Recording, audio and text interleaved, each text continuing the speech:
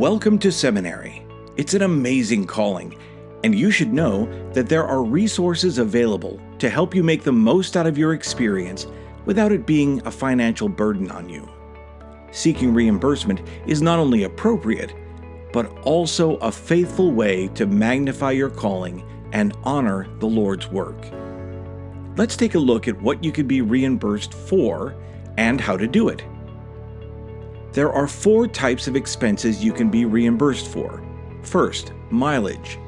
Stake Seminary teachers and supervisors may be reimbursed for travel expenses relating to teaching classes, attending in-service meetings, visiting classes and students, meeting with priesthood leaders, public transportation fares, tolls, and so forth. Personal vehicle mileage at current S&I volunteer rates is 14 cents per mile.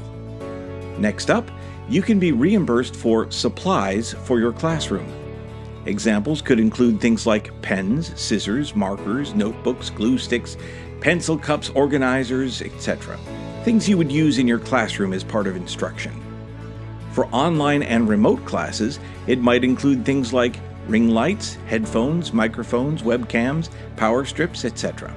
The budget may be up to $100 for classroom supplies per year. Note, this amount is per class, not per teacher. A class with multiple teachers only receives a total of $100 per school year. Third, in-class student enrichment. These include consumable items for your students, such as prizes, birthday treats, balloons, candy, things like that, but no gift cards. For online and remote classes, these might include motivational items, greeting cards, postcards, postage, stickers, etc. Inexpensive items may be mailed or personally delivered to students. Available amounts can be up to $10 per student per school year. For example, if you had 10 students, you would have $100 per school year for student enrichment items. And fourth, postage. For special budget amounts and what things are covered in these categories for your area, contact your local S&I Administrator. Now, a note about receipts. You need to keep your receipts to be reimbursed for your purchases. Please don't mark, highlight, or tape your receipts. Whenever possible, transactions and receipts for S&I items should be separate from those for personal items. This, not this. For example, if a teacher was at a store and buying balloons and a bag of candy bars for seminary, but also buying other supplies for home, she would tell the cashier that she's making 2 purchases. She would then purchase the seminary items and keep the receipt, and then she would purchase the personal items and get a separate receipt. So, how about getting ready for reimbursement? To begin, you will first need to complete the payee setup form, available from your S&I Administrator. Start by filling in your name, phone, address, and email information. Next, you will need the banking information for the account you want your reimbursements sent to. Complete the bank's name, routing number, your account number, and mark if it is a checking or savings account. Then sign and date. Mail or email this form to your local S&I coordinator. The coordinator's office will enter your information directly into a secure church website and then shred your form. Your information is never entered or stored anywhere else. Of course, if you have changed banks or accounts, please do complete the form and resubmit it. You will only need to do this once, unless it has been more than 2 years since your last requested reimbursement.